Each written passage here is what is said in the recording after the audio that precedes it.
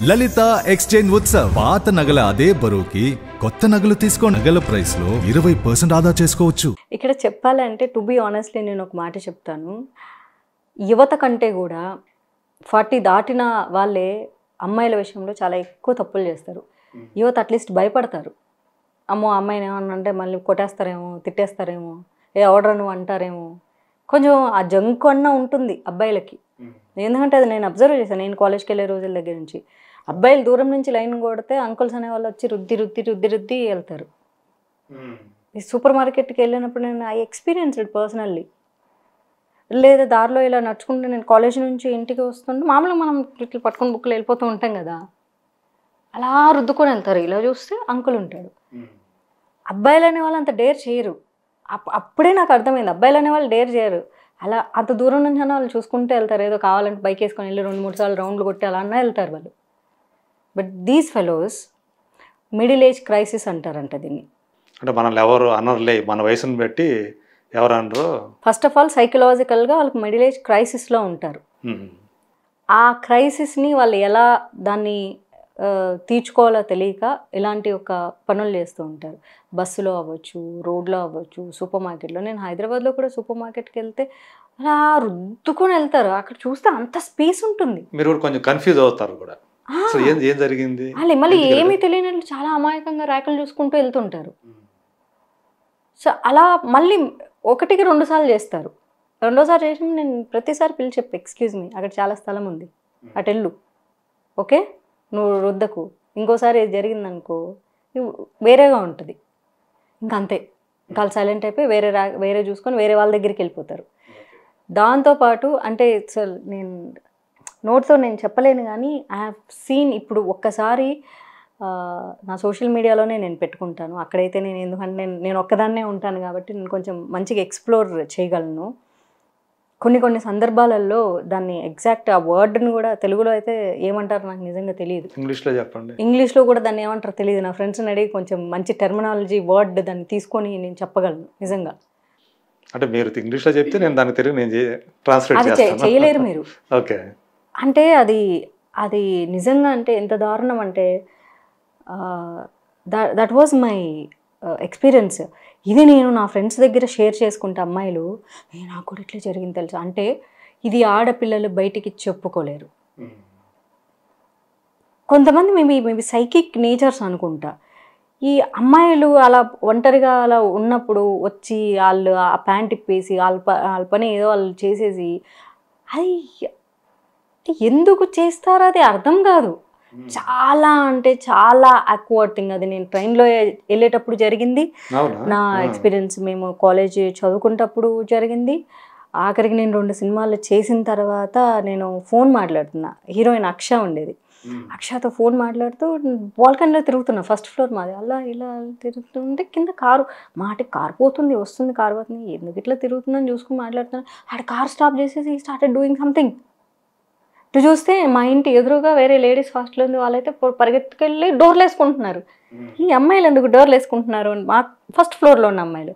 కింద చూస్తే నేను కూడా వెళ్ళి డోర్ వేసుకొని and I was telling to Aksha I've seen something this kind of guys అంటే, oh my god, you also got this experience, even I've got the same experience.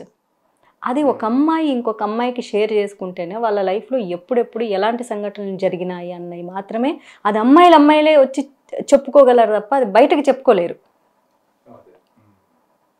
మేము కాలేజ్లో degree second year చదివేటప్పుడు exams జరుగుతున్నప్పుడు prepare అవుతుంటాం. Evening చల్లగా ఉంటుంది. అందరికి మా railway quarters.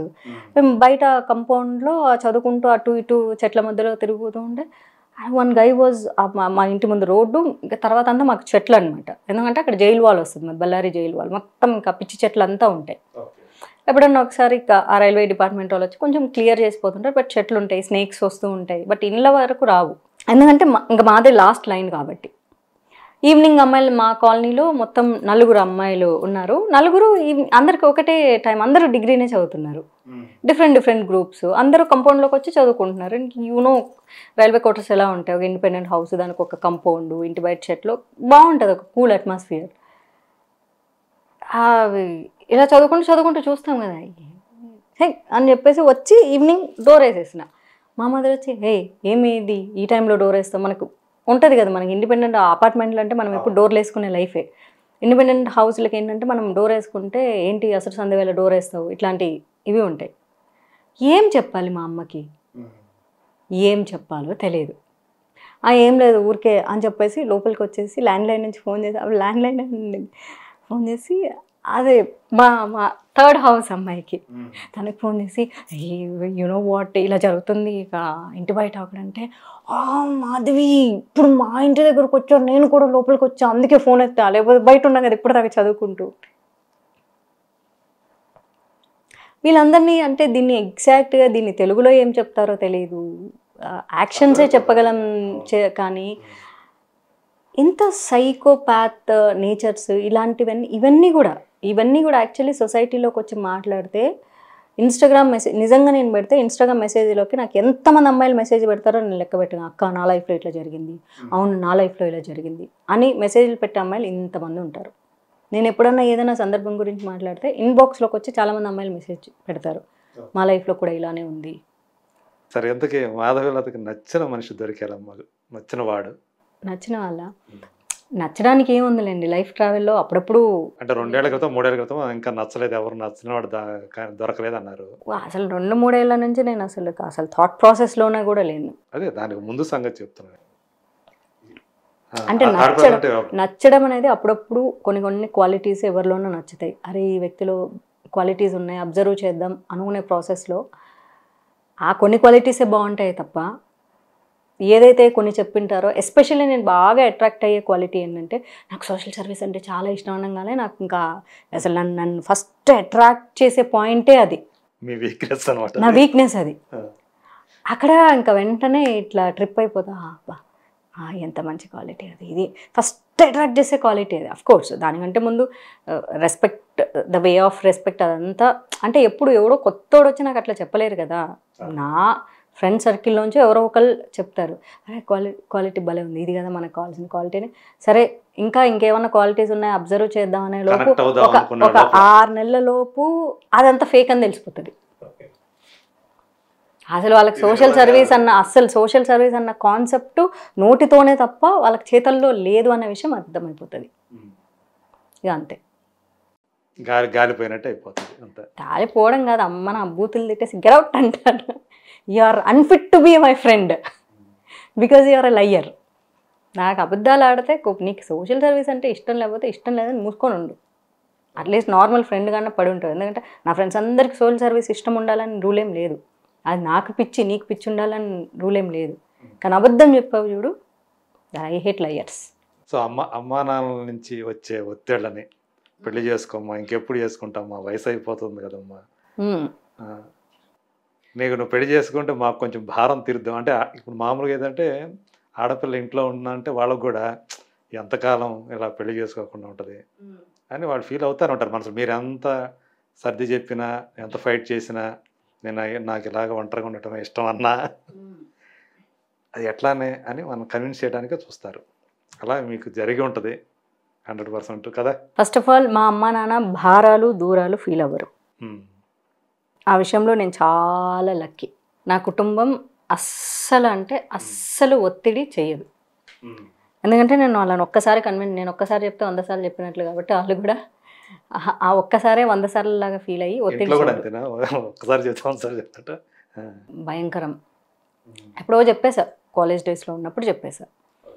ఆ తర్వాత ఎప్పుడన్నా ఒకసారి ఏదో జమానాకు ఒకసారి అన్నట్లు నువ్వు పెళ్లి చేసుకుంటే కొంచెం హ్యాపీ ఫీల్ అవుతాం అని మా అమ్మ అంటది. కొన్ని నిమిషాలకు నాకు వద్దు వద్దు వద్దు వద్దు ఒక 2 years నుంచి రివర్స్ డైలాగ్ చేయడం స్టార్ట్ చేశా. ఎత్తుకు ఎప్పుడన్నా ఒకసారి అంటే ఇంకా మాకున్న ఆఖరి కోరిక పెళ్లి చేసుకోవడమే అంటది.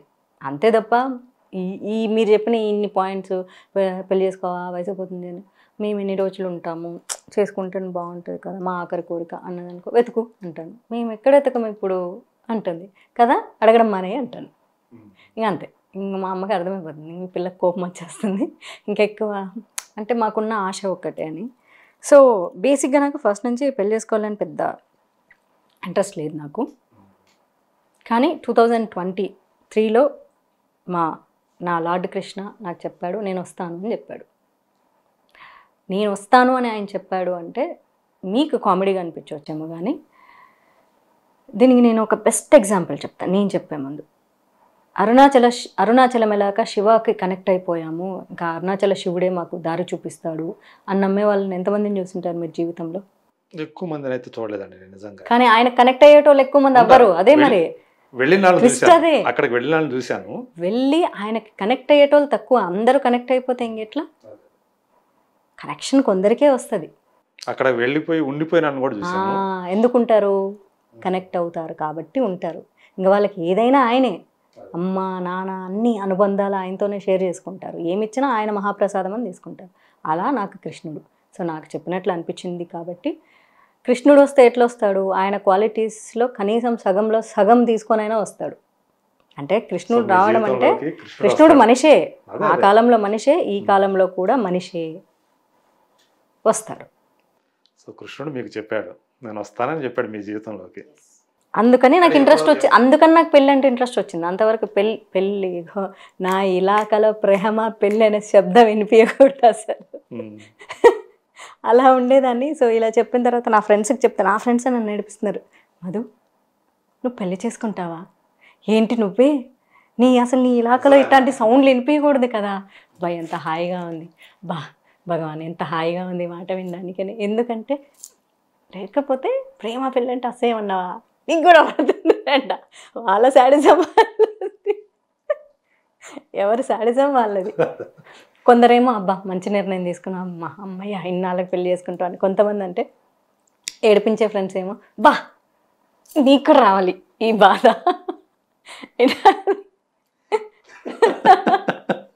ఇప్పుడు మేము అనుభవించాం, నువ్వు కూడా వచ్చింది, నువ్వు కూడా అనుభవించొద్దా అని మళ్ళీ వచ్చేసి సీరియస్లీ అంటే పాపం వచ్చేటప్పుడు పరిస్థితి ఏంటో.